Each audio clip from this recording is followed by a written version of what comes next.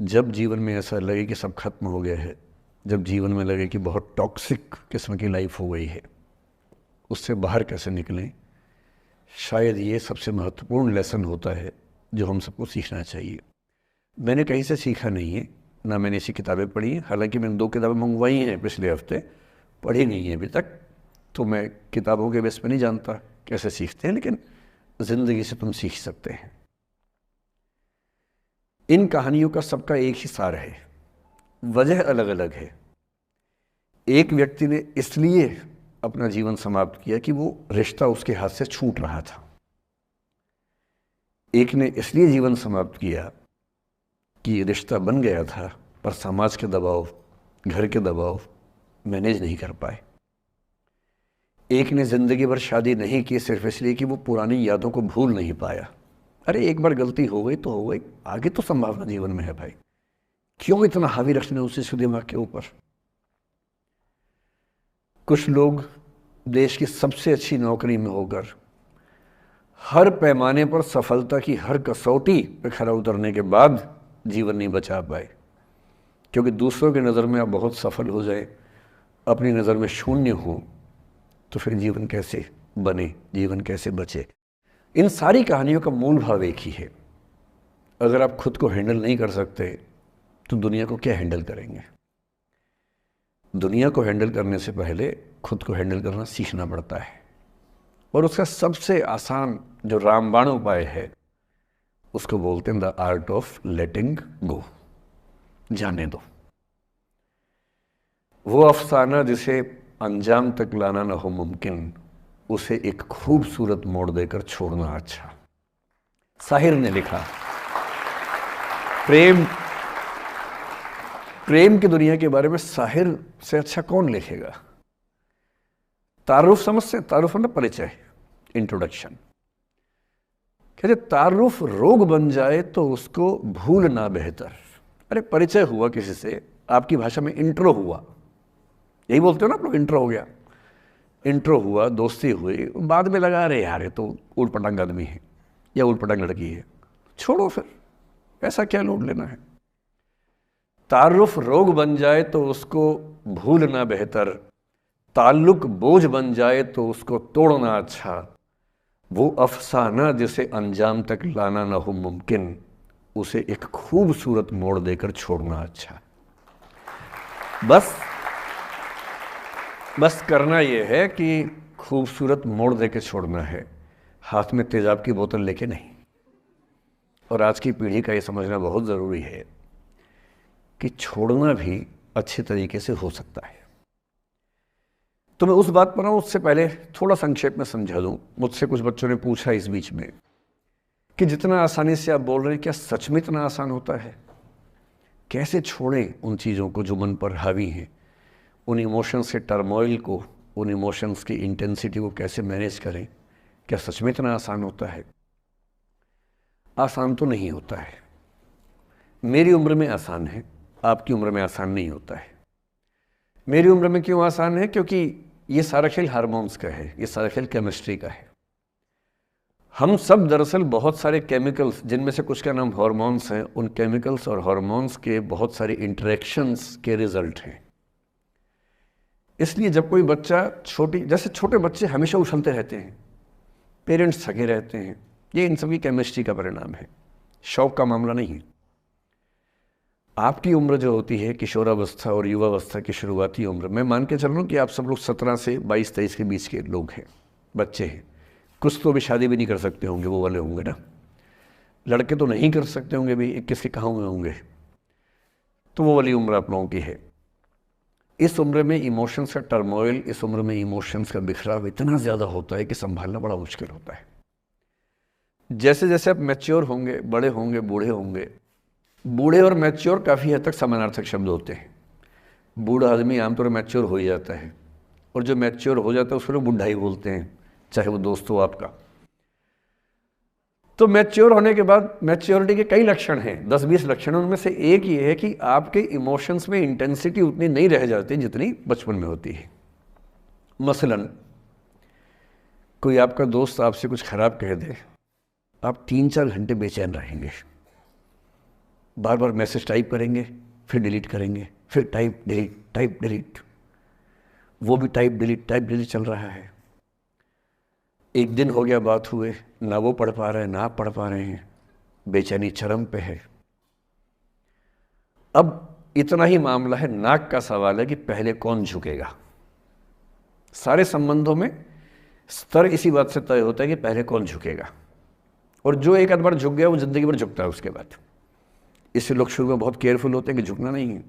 3-4 ज्ञानी पीछे बैठे ही होते हैं कि नहीं झुकना नहीं है, वो झुकेगा, वो झुकेगी, तू क्यों झुकेगा। इन ज्ञानियों से बचना बहुत ज़रूरी है, ज़िंदगी जहर बना देंगे आपकी। अब दोनों ईगो फाइट कर रहे हैं कि पंजा किसका गिरेगा, इस पर फाइट चल रही है। 2 दिन हो गए, 3 दिन हो गए, उसके बाद एक आध आदमी पिघल जाता है, उसको लगता है भाड़ में जाए यार, बात नहीं हो पा रही, तुम ईगो कर रहे हो। फिर वो फ़ोन मिलाता है, ये भी फ़ोन की इंतज़ार में 3 दिन से सो भी नहीं रहा बेचारा। हीरो बेशक बन ले पर बेचैन तो भाई। खटाक से फ़ोन उठता है, अब दोनों कान में फ़ोन लगा के रखिए, कोई नहीं बोल रहा, चुप। क्या बातचीत चल रही है सोचिए, एक भी शब्द नहीं, एकदम चुप। थोड़ी देर के बाद कंफर्म करने के लिए कि है भी या नहीं, एक बोलता है हेलो, वहाँ से आवाज़ आती है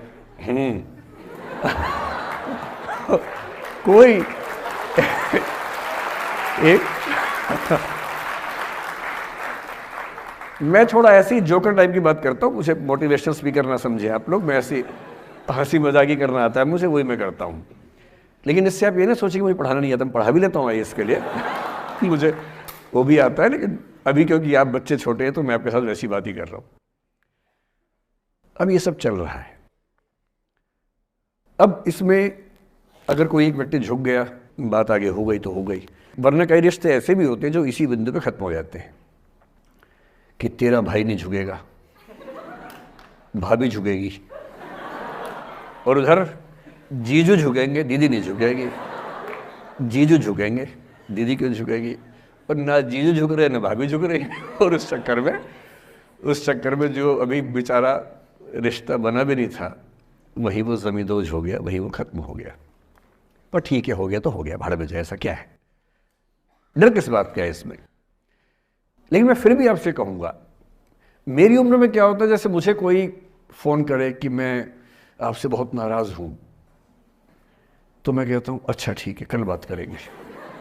नहीं, मैं आपसे बहुत नाराज़ हूँ, मेरा दिल टूट गया है, मैं कहता हूँ देखो मुझे नींद आ रही है अभी, let me sleep, we will talk tomorrow, you just do one thing, write down all the points and we will discuss in the morning, when I come to office you come to my cabin and we will discuss, don't worry, I will find out the solution for you. कह रहे हैं आप कैसी बात कर रहे हैं, मैं ना सो पा रहा हूँ ना मैं जाग पा रहा हूँ। तो मैंने कहा दैट इज योर प्रॉब्लम मैं तो सो भी रहा हूँ जाके, ये तो कोई दिक्कत नहीं हुई भाई। तो मैं तो ऐसा हो चुका हूँ कि दुनिया में कुछ भी हो जाए मुझे टाइम पे नींद आ जाती है, कुछ भी हो जाए। मतलब एक आध, अब जैसे मेरी माता जी की मृत्यु हुई तो मुझे नींद नहीं आई कुछ दिनों तक, ठीक बात है, नहीं आनी चाहिए उस समय, तब भी आ गई तो फिर इंसान और पत्थर में क्या अंतर बचा, सीधी सी बात है। But keeping aside those rare instances, कोई कुछ भी कर ले हमें तो बढ़िया नींद आती है। और मैं ये कहना चाह रहा हूं, मैंने ये सीखा है अपने पिताजी से, और सीख सकते हैं इसको, ये केवल तुक्के की बात नहीं है, सीख सकते हैं। मेरे जो पेरेंट्स हैं, पिताजी और माँ, वो एक अनूठा कॉम्बिनेशन है।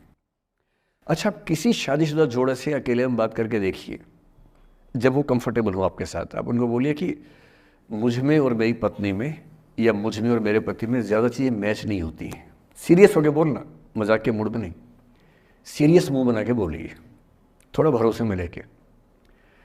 दुनिया का हर जोड़ा आपसे बोलेगा आप में तो फिर भी कुछ मैच होता है, हम में तो कुछ मैच नहीं होता, एक भी मैच, सारे जोड़े ऐसे ही चल रहे हैं। सबको लगता है कि उसका घर बढ़िया चल रहा है, मेरा ही ठीक नहीं चल रहा, क्योंकि उसका घर आपने फेसबुक पे देखा है, अच्छी अच्छी फोटो देखी हैं। 24 घंटे में से जो 2 अच्छे मिनट आए थे, उसमें ली गई 25 फोटो में से बेस्ट फोटो फेसबुक पे आई थी, और अपने घर में आप बाकी 24 घंटे में से 2 मिनट छोड़ के बाकी देख रहे हैं। तो दूसरे का घर हमेशा अच्छा लगता है कि यार लाइफ हो तो उनके जैसी हो। तो हमारे माता पिता भी स्वभाव उनका भी थोड़ा अलग रहा, सबका है, हमारा भी है। तो मेरे पिताजी हैं मस्त मौला आदमी, जैसे कबीरदास एकदम फक्कड़ मस्त मौला आदमी, भाड़ में जाए दुनिया उस मूड में रहते हैं, नुकसान हो जाए भाड़ में जाए। गीता का सार उन्होंने अपने मन में बिठा लिया है। उनका बड़े से बड़ा नुकसान हो जाता है तो क्या बोलते हैं, हमारा क्या था जो लाए थे, जो लिया यहीं से लिया, जो दिया यहीं दिया, साथ लेके क्या जाना है, बात खत्म, कोई टेंशन ही नहीं उनको। और बाकी सब लोग टेंशन में कि अब क्या करें, ये हो गया वो हो गया, कैसे मैनेज करें। मेरी माँ को तनाव हो जाता था, और जब पिताजी ऐसे हो तो माँ को तनाव होगा, सीधी सी बात है। अगर माँ वैसी होती पिताजी तनाव में रहते हैं, तो सामान्य बात है। जब घर में एक व्यक्ति मस्त मौला हो तो बाकी लोग तनाव तो फिर बांटेंगे ना आपस में। वो बड़ा तनाव में रहती थी, उनको घर की चिंता, बच्चों की चिंता बहुत सताती थी। पिताजी भी चिंतित थे बच्चों को लेकर, जैसे कोई पिता होता है, पर उनकी नेचर थी कि ठीक है देख लेंगे जो होगा, अरे देख लेंगे, अरे भाड़ में जाओ, उस मूड में रहते हैं, आज भी रहते हैं। मेरी माँ 73 की उम्र से कुछ महीने पहले चल बसी, उनका जीवन समाप्त हुआ। मतलब मुझे नहीं पता कि जीवन क्यों समाप्त होता है, क्योंकि बड़े बूढ़े कहते हैं कि हर व्यक्ति के सांस का इतिहास है, सांसें लिखी हुई हैं ईश्वर ने, उतनी सांसें मिलेगी। मुझे बहुत भरोसा इस बात में है नहीं, क्योंकि भगवान ऐसा क्यों करेगा कि जापान में सांसें ज़्यादा लिखेगा और अफ्रीका में कम लिखेगा, भगवान ऐसा क्यों करेगा। और अगर सांसें पहले से लिखी हुई हैं तो हमारी जीवन प्रत्याशा क्यों बढ़ती जा रही है। अगर सांसें पहले से फिक्स हैं तो आज़ादी के समय से लेकर आज के 70 साल में जीवन प्रत्याशा लगभग 2.5-3 गुना बढ़ गई। और हम ये भी कहते हैं कि लोग खराब हैं। अगर लोग बुरे हैं तो जीवन छोटा होना चाहिए कर्मों के हिसाब से।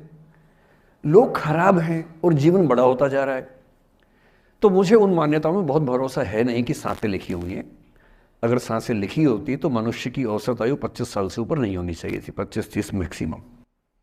और हम 70-80 साल धूमधाम से जी रहे हैं, जिसका मतलब है कि ये भगवान से ज़्यादा इंसान ने लिखा है, मेडिकल साइंस ने लिखा है, वैज्ञानिकों ने लिखा है। और मैं ऐसा व्यक्ति हूँ, मैं बहुत धार्मिक व्यक्ति हूँ नहीं।